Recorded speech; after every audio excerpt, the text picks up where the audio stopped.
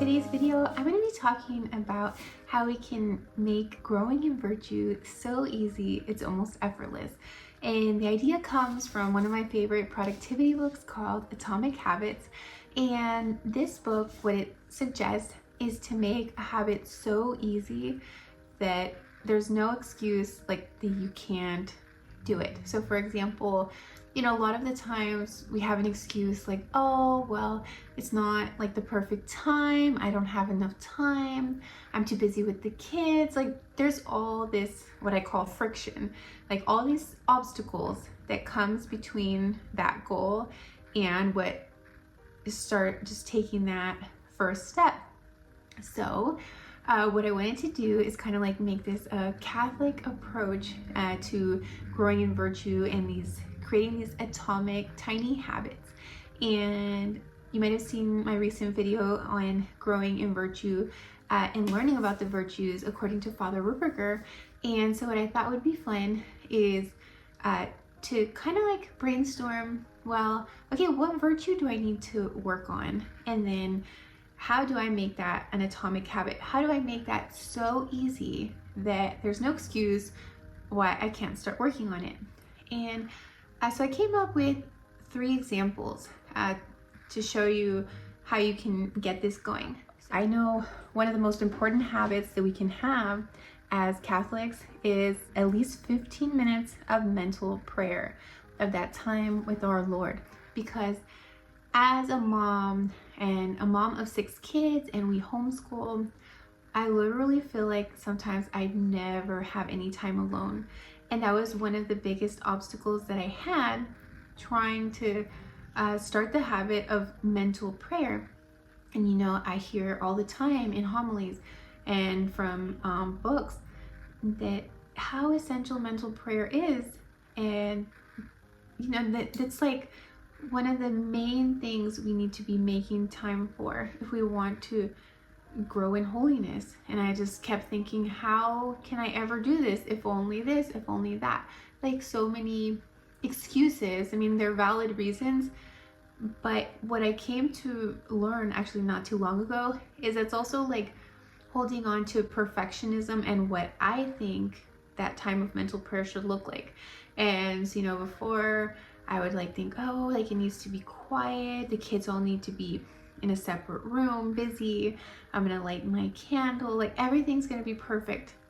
Well, what happened was that then it was like becoming few and far between, because when I have another child or we go through this phase, it might be working for some time, but then just doesn't work out. And what I came to realize is that then you just make do with the time that you have and you put in that effort, and God is going to see that, and that's going to be way more fruitful than just waiting for that perfect moment, having that good intention but then never taking any action. So now the ideal time is like in the morning, doing that mental prayer. And what I started off with is from this book. It's called the Character Calendar, and it's actually written for like school-aged children. And why it's called Character Calendar is that the goal is to grow in character and in virtue. And so what I like about it is that every day it gives like very brief summary, like maybe 2 lines about the saint of the day. It's following the traditional calendar. So it's the saint of the day, and then it'll give like 1 or 2 sentences from the mass readings of the day, and then 1 or 2 lines from the book, The Imitation of Christ. And then it'll have like an ideal or a goal for the day, and then a slogan to live by for that day. And it's just so beautiful and motivating.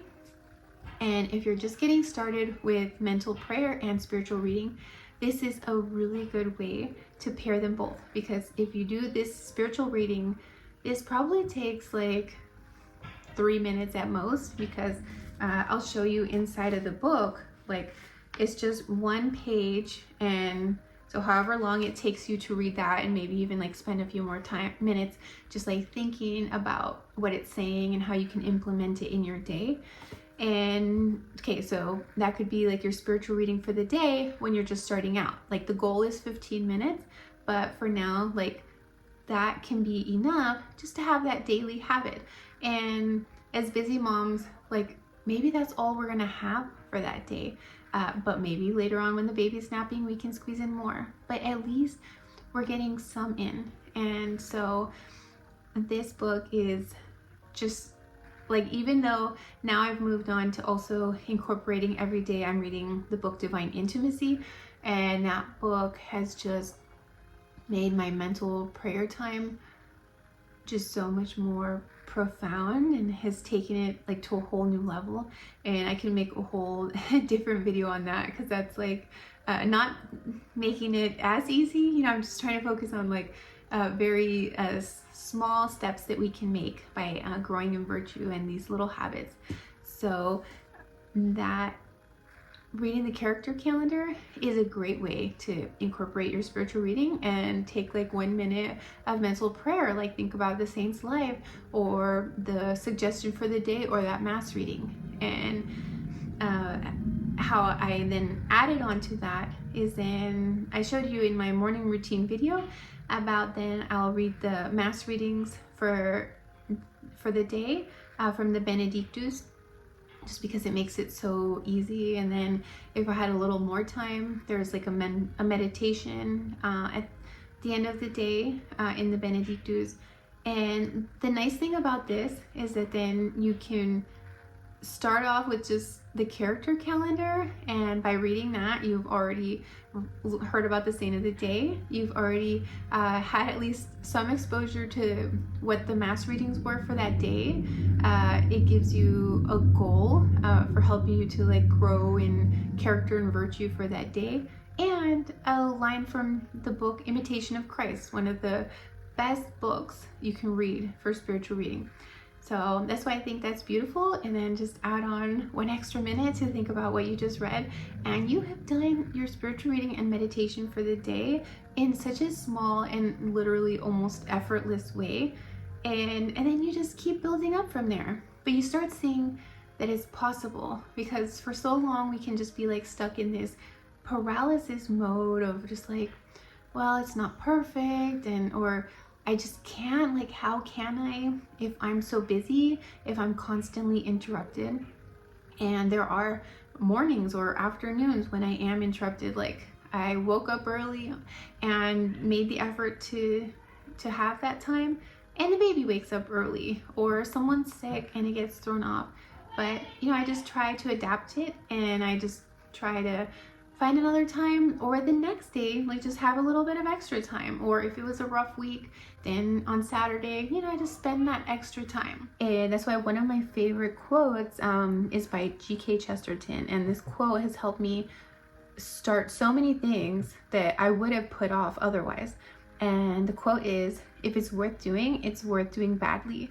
And you know, you need to put it into context. That doesn't mean, you know, doing a bad job or just being sloppy about it. No, I mean, if it's worth doing, so worthwhile, important is a priority, it's worth just getting started and not waiting and putting it off for months or even years.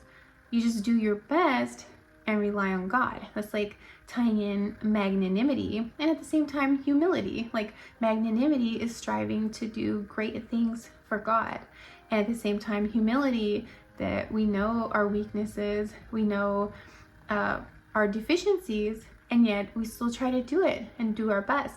And for example, the mental prayer example of it's better to do 3 minutes of mental prayer than none, you know what I mean? And or it's good to do 15 minutes of mental prayer even when there's kids in the background or coming to interrupt you and you're slightly like distracted. That is so much better than not doing it at all for years and, you know, just waiting for that opportune moment. Like, how many graces are we missing out on if we're not doing that? And so to bring it back to like the tip from Atomic Habits, what you want to do to start a habit is start small. So make it so easy that it's almost effortless. Like, so for example, just doing it 1 minute per day, because sometimes it like The hardest part is starting, because then all these obstacles that came to my mind, am I doing it right? Which method should I follow? Should I follow Saint Teresa of Avila, or should I follow the Ignatius method? Like, we can get stuck. There's so many hurdles and obstacles that will kind of like just prevent us from taking that first step. So just start with like maybe 1 minute of silent prayer, and then, you know, little by little, you just keep adding on and adding to the goal. But the most important thing is to start. And of course, it would be good and important to like learn these different methods. But, you know, the main thing that helped me was knowing this prayer. And then that's kind of like the backbone or the framework for my mental prayer time. And it goes, "My Lord and my God, I firmly believe that you are here, that you see me, and that you hear me. I adore you with profound reverence. I ask your pardon for my sins and for the grace to make this time of prayer fruitful. My Immaculate Mother, Saint Joseph, my Father and Lord, my guardian angel, intercede for me." And so I start off my mental prayer time with that prayer, and then I'll go through it piece by piece and like just putting myself in the presence of God, adoring him, spending time thinking about all these, like this time of adoration. Then next I'll go through, you know, this reflecting on why I should be humble and sorry for my sins, and just little by little, and then I'll like go through some petitions, and then ask for the intercession of our Blessed Mother, Saint Joseph, my guardian angel. But even just starting off with that prayer every day, that is a way to like ease into it. So I just wanted to share that. And this can be applied to many other things, like saying the Rosary. So you can make it easy, have the Rosary right there on your nightstand, so you have that visual cue. But at the same time, the goal is just say 1 Hail Mary per day. Or if you want to make it like just a little bit harder, like the 3 Hail Marys per day. Those 3 Hail Marys, they are so highly recommended by St. Alphonsus and many other saints. So start with that, and then work up to a decade. So, and that's how I started. I just started saying a decade of the Rosary per day, and that was like maybe 7 to 10 years ago. And for a long time, I just did that until it was a habit. It was like a non-negotiable that no day will pass that I don't at least do that. You know, that's 3 minutes. Even if you've had a long day and are starting to fall asleep, you can do a decade. And little by little, like the whole Rosary will be a non-negotiable. And the same then can be applied for the virtues. So recently I had a video on how I use the Father Ripperger Virtue List to combat my predominant fault and vices that I'm trying to overcome. And so what I do is you can choose one of those virtues that you're trying to work on, and again, you just remove the friction. So for example, if you're trying to work on humility and you see that you keep falling into pride or and anger. So with humility, I mean, if you don't have the chance to maybe say the litany of humility every day, because, you know, even that can be like, you know, you forget, well, print it out, put it on your nightstand or put it on your desk or have it as the screensaver on your phone, and maybe just try to read 1 invocation per day. And then that's just like your food for thought for the rest of the day. From the desire of being esteemed, deliver me, Jesus. Like that will be 1 the next day. From the desire of being extolled, deliver me, Jesus. So that is for an example of applying this to the virtues. And so for example, with charity, maybe in the morning, like you're serious, and then you want to work on, you know, starting off your day more joyful and loving. Well, make a special effort that the first person you see, you're gonna smile. Like just something so simple, but taking that first step, you'll see that it just makes the whole process go so much more smooth. So as silly as that might even sound, like that it's so easy and simple, and then, you know, we get so ambitious and, you know, we can be so full of zeal, which is wonderful. But if they just stay ideas and we don't put them into action, then we're not really gaining merits from that. So we pray that God can give us the grace, and we just do our best. So again, that quote from G.K. Chesterton, if it's worth doing, it's worth doing badly. And again, what that means is just it's worth not doing perfectly. Like, we just do our best. And because if it weren't for this quote, like, and thinking about this, you know, I was stuck in perfectionism a long time. Like, I'm very idealistic, and I think, oh, this is how it should be, and this is how I would like it, and this is how I want it. And sometimes, like, if you just keep waiting for that moment, the opportunity can pass by, and you've missed out on, you know, all the graces that you could have been receiving had you started sooner. So I would say start now and take baby steps. Choose a virtue that you want to work on, or choose some kind of holy habit that you have been just wanting to do, but you've been putting off for a long time. So again, like, is it mental prayer? Is it the Rosary? Is it spiritual reading? Is it overcoming a certain vice, and there's like a certain virtue that you want to work on to combat it? Just take that first step, brainstorm something just so simple that you can do every day, and just try it. And then if you see, oh, like, I'm still forgetting, try to think, is there a way that I can, like, have a reminder, a visual cue? Is there a way that I can make it even more simple, more easy, more straightforward, and things that can remove the friction? So that's my tip and my advice from that book, Atomic Habits, and just kind of like incorporating it into our spiritual lives. And if there's any kind of a vice or habit that maybe you want, like, a tip of how you can make it easy, just put it down in the comments below, and I'll try to, you know, think of some suggestions, or maybe someone else might have a suggestion. That's the good thing about, you know, also having friends to talk about this. You can brainstorm, and it's fun to grow together. And so if you like this video, please give it a thumbs up, just because that really helps the channel to grow, and it tells the algorithm to share the video. And if you like this kind of content, consider subscribing. And thank you so much for watching. God bless you. Time to read?